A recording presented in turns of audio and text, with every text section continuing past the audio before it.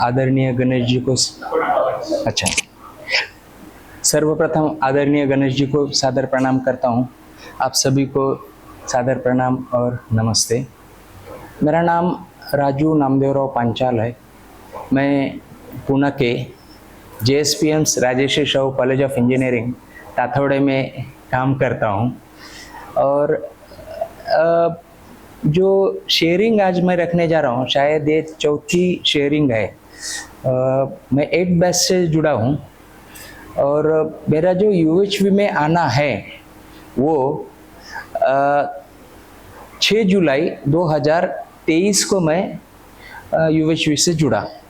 UHV मुझे पहले दिन कुछ मालूम नहीं था जब UHV 1 का फर्स्ट वर्कशॉप होने जा रहा था और कॉलेज ने नाम दे दिया, हमारे ही कॉलेज में था, तो मुझे लगा कि कहीं तो भी फंसा दिया है और 3 दिन अभी वहाँ पे रहना है।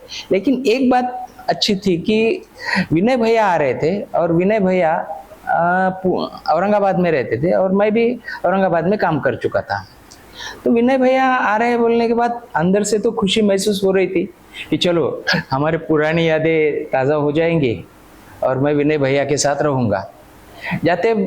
जाने के बाद उनको सादर प्रणाम किया और कहा भैया कैसे है क्या नहीं। वो बोले बहुत अच्छा हूँ। उन्होंने कहा कि मैं आपको याद नहीं कर पा रहा हूँ। हाँ बोला याद कैसे करेंगे, मैं भी औरंगाबाद में था लेकिन मैंने 2006 को औरंगाबाद छोड़ा।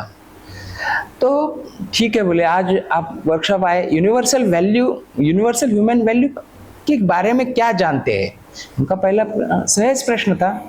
तो मैंने उनको बोला कि ये तो मैं पहली बार ही सुन रहा हूँ और अभी मैं ज़रूर उसमें काम देखूँगा।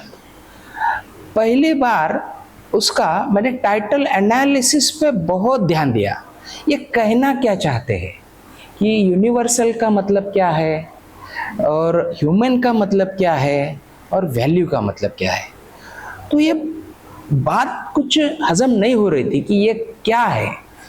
तो यूनिवर्सल का तो हम वैश्विक लेवल बोलते हैं, ह्यूमन को मानव बोलते हैं और वैल्यू की कीमत नहीं है। कुछ तो भी ऐसी बात है जो कि अनगिनत है। ये मैंने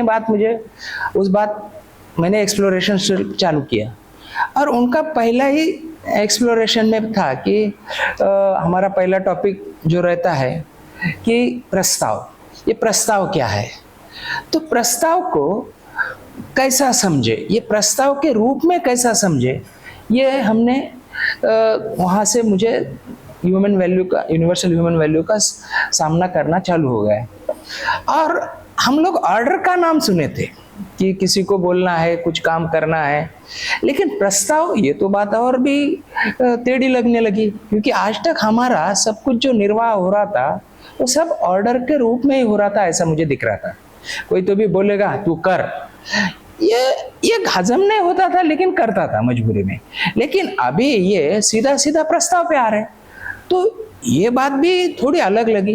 फिर प्रस्ताव के रूप में उन्होंने बोला कि फिर पहले स्टेटमेंट लगाया गया कि आप क्या होना चाहते हो, आपका जीवन का लक्ष्य क्या है। तो जीवन का लक्ष्य भी उन्होंने बहुत अलग तरीके से बताया। हैप्पीनेस और प्रॉस्पेरिटी ये दोनों भी अलग अलग चीजें थी।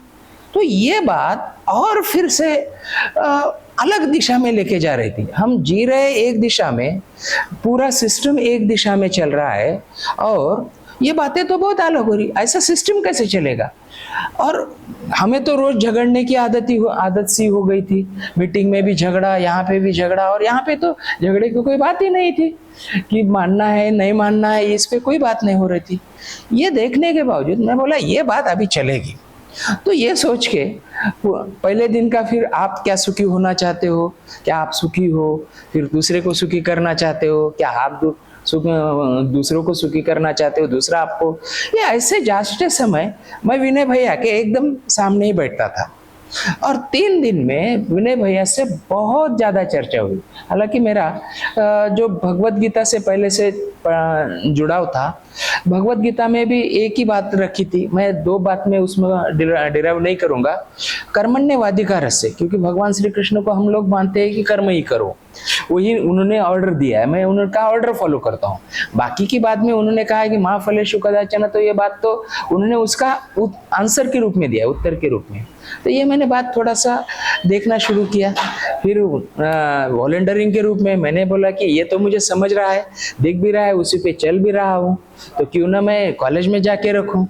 तो उस दिन से वॉलंटियरिंग करता हूँ, खुद अपना मोटरसाइकिल निकालता हूँ, मैनेजमेंट से भी भिड़ जाता हूँ, मुझे 2 घंटा टाइम दे दीजिए, आपको अगर अच्छा नहीं लगता है तो मुझे बोल दीजिए, चले जाओ, मैं अपना बोरिया बिस्तर उठा के चला जाऊंगा। लेकिन जाता हूँ 2 घंटे के लिए और बैठता हूँ 4-5 घंटे। तो ऐसा बहुत जगहों पे मुझे एक मजा भी मिलने लगा है। तो इस तरह से चल रहा है, और गणेश भैया जी का तो आशीर्वाद है ही, और आप सबके साथ भी अभी ये हो रहा है, तो यात्रा तो बहुत सुखद ही चल रही है। इसको तो मैं शब्दों में के रूप में नहीं प्रस्तुत कर पाऊंगा। तो मैं आपका सभी का धन्यवाद करता हूँ, और मैं आपके सबके, आपने जो मेरा शेयरिंग सुना, उसके लिए मैं आपका सभी का अभिनंदन करता हूँ।